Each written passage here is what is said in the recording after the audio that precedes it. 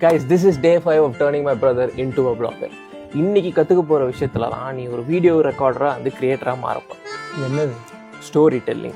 Guys, சூரியன் மறைஞ்சிக்கிட்டே இருக்கு. So நான் டக்குன்னு சொல்லிடுறேன். ஸ்டோரி டெல்லிங் 2 விதமாக பண்ணலாம். நீங்கள் பிளாகராக இருக்க பட்சத்தில் எடுக்கும் போதே ஸ்டோரியாக இமேஜின் பண்ணிட்டு எடுக்கலாம். இன்னொன்று ஸ்கிரிப்ட் ரைட்டிங்.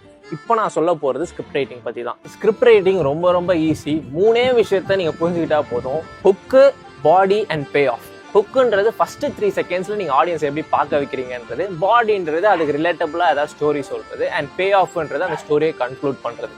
நான் சொல்லியிருக்கேன் எப்படி பண்ணணும்ட்டு. இவன் எக்ஸாம்பிள் வீடியோ பார்த்து நான் பிரேக் டவுன் பண்றேன். Guys, I have made around 40 lakhs in my photography business. 2023 நானும் என் ஃப்ரெண்ட்ஸும் சேர்ந்து ஸ்டார்ட் பண்ணது தான் இந்த ஃபோட்டோகிராஃபி பிஸ்னஸ்.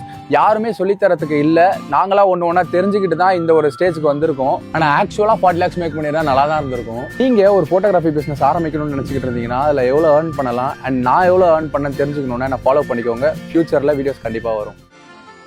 கைஸ், இவன் சூப்பராக சொன்னான். இப்போ 40 lakhsன்னு சொன்னது வந்து ஹுக். அது உங்கள் கியூரியாசிட்டியை இது பண்ணி வீடியோ ஃபுல்லாக பார்க்க வைக்கும். அண்ட் அவன் லைஃப் ஸ்டோரியை பற்றி சொன்னது வந்து பாடி ஸ்ட்ரக்சர்.